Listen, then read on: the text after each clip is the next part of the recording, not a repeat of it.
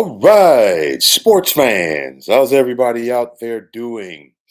William Martin coming at you one more time here on YouTube with another edition of the 300 Pounds of Sports Knowledge Podcast. The Cleveland Cavaliers have been the best team in the Eastern Conference so far in this NBA season. And honestly, last night's comeback win over the Boston Celtics really helped to solidify that.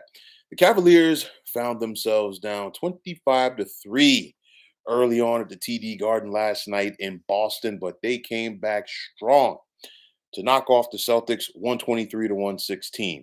This win by the Cavs moves them to 49 and 10 on the season, and they now have in hand a 7.5 game lead over Boston for the top spot in the East with just 23 games remaining in the regular season. Donovan Mitchell continues to be Donovan Mitchell. We saw the Spider last night go for 41 points as he continues to be the finisher that Cleveland needs. Now, the Cavs are well on their way to their best regular season finish since they won the NBA title back in 2016. And of course, they're also flirting with having their best regular season ever. You go back to 2009, that Cavs team led by LeBron James went 66 and 16. They got to the Eastern Conference Finals before they fell to the Orlando Magic. But nonetheless, bringing it back to this current Cavaliers team, head coach Kenny Atkinson is really making the most of his second opportunity as an NBA head coach. Like I said before, and I'll say it again, he has been able to build off of what former Cavs and current Pistons head coach JB Bickerstaff established there, and he's building off of it, and he's taking it to the next level for this Cleveland team.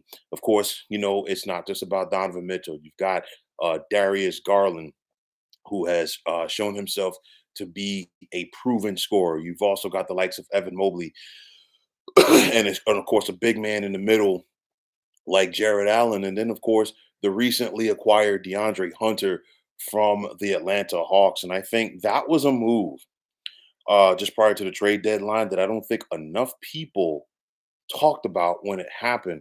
Uh, Cleveland getting DeAndre Hunter was big, and I think it's going to help them in their run in the postseason. You look at the Cavs right now; they're 6-2 against the top three teams in the East, and I say top three teams with the exception of them. So basically, the three teams that are trailing them: the Celtics, the Knicks, and the Bucks. And of course, in the case of the Celtics, Cleveland's 2-2. So they're not going to see each other again during the regular season. And this really potentially has the makings of both of these teams facing off in the Eastern Conference Finals. I talked about the Celtics recently, and it's one of those where, to their credit, they have that ability to turn it on when they have to. They turned it on to start the game last night, yes, but it's one of those where you got to keep your foot on that throttle. And then on top of that, I think last night's comeback win by the Cavs, it was about the skill of Cleveland, yes, but I think it's more about the will and it's more about the determination. And tough-minded teams come out and make the most of those situations. They fell behind early, big. It could have been easy for the Cavaliers to simply just roll over as it looked like they were going to get boat raced. But of course, the game of basketball is a game of runs, and it doesn't take that much to get that momentum back. Cleveland did it. They cut the lead down. Boston had another big lead, and then of course the Cavs came back, and of course, the bulk of the second half belonged to them. But nonetheless, if we do end up seeing Cleveland and Boston in the Eastern Conference Finals, I think this has the makings of being an epic series. I think it's going to be back and forth. Clearly, there's a litany of talent on both squads, and I think that would make for a tremendous series. I like the Cavs' opportunity to try to get out of the East. I think their biggest hump is going to be Boston. I've said what I've said about Boston, and I think the Celtics have the makings to get back to the NBA Finals and potentially win it for the second consecutive year. But nonetheless, I think that the Cavaliers more than the Knicks, give the Celtics the biggest threat, if you will, to that, and especially the ability of a Donovan Mitchell because he's a guy that he could take it over whenever he feels suit, and it's one of those where if Donovan Mitchell gets in that zone, and we've seen it throughout his career, first with Utah and now with Cleveland, you basically simply just give that young man the basketball and you get out of his way.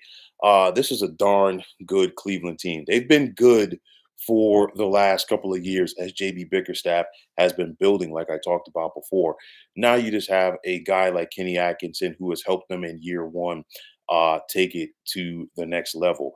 Big win for the Cavs. Okay. And like I said, they are going to finish this season with the best record in the East. They're going to win 60 games easily. Okay. There's no ifs, ands, or buts about it. They have flexed their muscles all season long. Big win for them last night. And let's just see how the regular season winds down for Cleveland. As, like I said before, the road to the Eastern Conference Championship, for the very least, will go through Northern Ohio. So let's see what the Cavs do coming down the stretch in the regular season, and let's see what they do come postseason time. But folks, that is going to wrap it up. And as always, I want to take this time out to thank each and every one of you for tuning into the 300 Pounds of Sports Knowledge podcast here on YouTube. I want to take this time out to thank all of you fine folks out there for tuning in. And if you haven't already, please feel free to subscribe to this channel. Now, if you're on the X, formerly known as Twitter, please feel free to follow me at 300 Pounds of Sports. And like I always say, if you follow me, it'll be my pleasure to follow you right back. There's also the sports discussion group on Facebook at the Sports Depot 365. Now you can check it out. Drop a line and be a part of one of the better sports debating sites going on social media. So once again, fine folks, my name is William Martin, and I'm signing off. I'm saying take care and have yourselves a wonderful day.